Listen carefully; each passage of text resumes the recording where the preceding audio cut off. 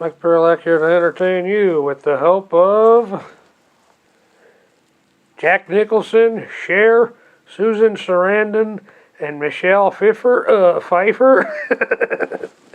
I had some surplus time now that I'm weaning myself off of social media. I decided to sit and watch a movie.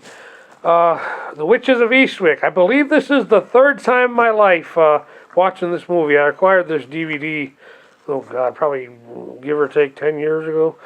Anyways, I watched it for the third time in my life. I saw it as a child in 1987. I saw it, I had it on VHS when I was a teenager, so I have to have watched it at least once then. And this is the first time watching it now as an adult. I want to do a little, give you my 2 cents on it.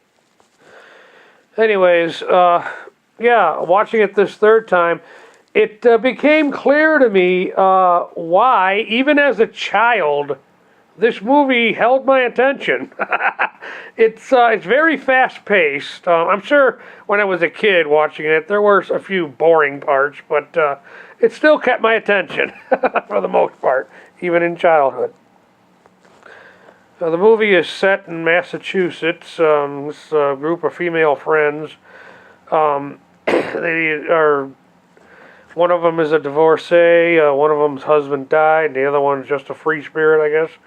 And they're talking about this movie is kind of like Charm, before the show Charm it was in existence. One way I can think to maybe explain it to somebody who has never seen it. But yeah, they're talking. They're going around between the three of them discussing their dream man. And being, I guess, that they're supposed to be witches, this discussion leads to a male figure coming into their lives, this little town in Massachusetts. Yeah, enter Dream Man. He basically some guy snoring away in church. Enter their Dream Man. Should be noted that most of the men in this movie are all beta simps and horn dogs. Horn dogs. That's the third word I'm going to use from now on, because the other word that I use gets me in trouble on YouTube.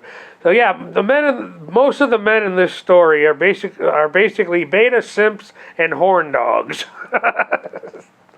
There's a tennis sequence in the story that I think is very symbolic for power play, especially between witches and warlocks. Kind of like a metaphor for the war between the sexes. So he successfully seduces all three of these women, because, that's what men do. And in the aftermath of all that fun, there's one woman in town who I'm still, I had a difficulty pinpointing the point of her character. I didn't know if this was like the good trying to seep its way through evil. I don't know. All I remember is as a child, she was the one that kept regurgitating cherry seeds in the film. But anyways, eventually this woman in this small town in Massachusetts perishes, and of course everybody in the town is sad because this woman, although yeah, towards the end she was kind of losing her mind from their perspective, going crazy and all that. But it's still sad somebody died, and this causes the women to ghost the Jack Nicholson character, who apparently is the devil, I guess. They don't really, I mean, the film is called The Witches of Eastwick, and it's not even 100% sure if these women are witches, or what is Jack Nicholson. Is he just some rich guy who decided to move into this fancy house all by himself in Massachusetts? We don't know, really. Everything's up for interpretation in this film, and rightfully so. That's a sign of a good movie. So anyways, after this woman dies, all three of the women ghost Jack Nicholson's character, the devil. And he don't like that. This is why in real life it's important that men ghost women first. And then he's in the rain trying to get these women back with gifts and stuff. And I'm thinking, he's out in the rain trying to win these hearts of these, win the friend, not really the hearts, but the friendship of these three women back. Out in the rain, and I'm thinking, as I'm watching it, I'm thinking, a godly man would just be at home, like why are you out in the rain, pouring rain, simping for three damn women? The hell's wrong with you? And it's as I'm watching it too, I'm remembering stuff about it when they kind of lead him on and make him think that, okay, we're going to just go back to your house and we'll be together again like a, quote, family. And I remember thinking, as I'm watching it now, I remember thinking when I was a child watching, ooh, this is when he starts turning into the monster. As a child watching this movie. Now as an adult watching it, I couldn't help but chuckle a little bit at how all three women are just like, amazed. It's like, what happened? They're confused that they're all pregnant and they don't know why. What? Yeah. You're pregnant and you don't know why. I couldn't help but chuckle at that. I also found it comical, the fact that the devil's butler, Jack Nicholson's butler, is named Fidel.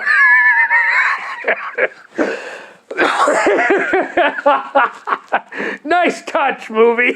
That's exactly what I thought. Nice touch, movie. The devil's butler is named Fidel. I thought that just cracked me up. So by now we're almost towards the end of the movie, and I do remember it having a pretty epic climax. There's freaking 30 minutes to go, and I remember thinking, yeah, the end of the end of this movie, it's pretty fast paced. No wonder even as a child this movie did keep my attention. But then they start engaging in the three girls.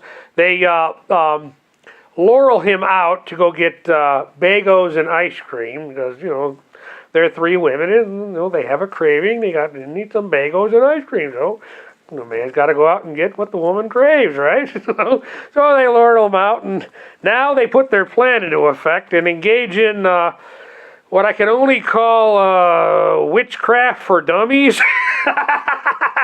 That's exactly what I thought what they were doing. Witchcraft for dummies. Apparently, I guess they are witches because whatever they're doing, it's affecting the weather. And next thing you know, the wind is howling so loud that it interrupts a priest giving a sermon, to which he's still trying to give the sermon, even though the door's flying open and the wind's blowing the outdoors in. And I'm thinking to myself, if this was a real event, I think the person there giving the sermon would probably pause. But hey, what do I know? So apparently the devil blows into this church, and the Jack Nicholson character goes into this monologue on why God made women. And in that scene, he also goes on to talk about how when human beings make a mistake, they call it evil. When God makes a mistake, they call it nature.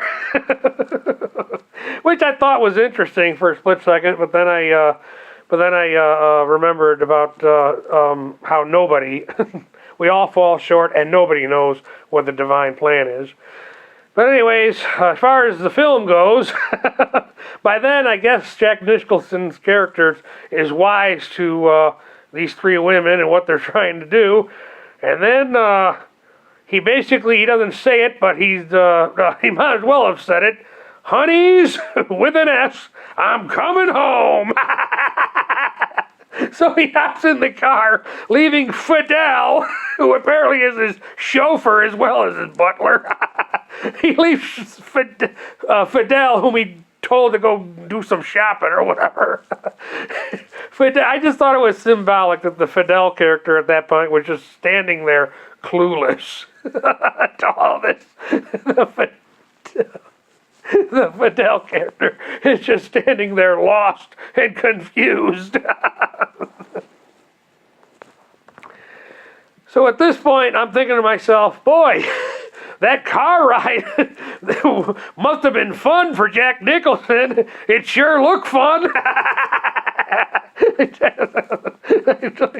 I mean, as an actor, he had to have had a ball working on this damn thing. And it's funny what you remember as a child and what you don't. Because I remember the neck snap thing, where he does that little move right before he opens the door when he gets back to the house.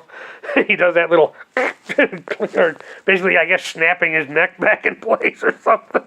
I remember that part, but for some reason I did not remember what. Apparently, it won awards for it, so the effects must not have been too bad. The effects were it's kind of like oversized, looking devilish Jack Nicholson outside the window. For some reason, I had no recollection of that. I remember the neck thing, but I had no recollection of the special effects that apparently won them some awards back in the day. Oh, God. And then in the epilogue, at that point of the story, apparently Fidel becomes the new nanny to the three boys that the devil inseminated these three women's bodies with. Oh, God. And then one of them, I believe it was the Susan Sarandon character, actually says, and I quote, "I miss him." And I immediately started thinking of Jada and the way she talks about Tupac. Oh, Tupac was such a man. I miss him so much. Will is such a beta simp. Horn dog. Oh, God. Anyways.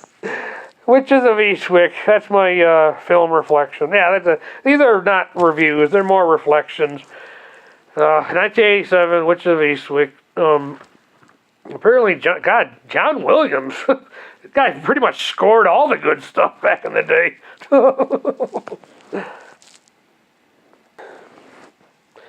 Anyways, Mike Perlak, thank you for your time.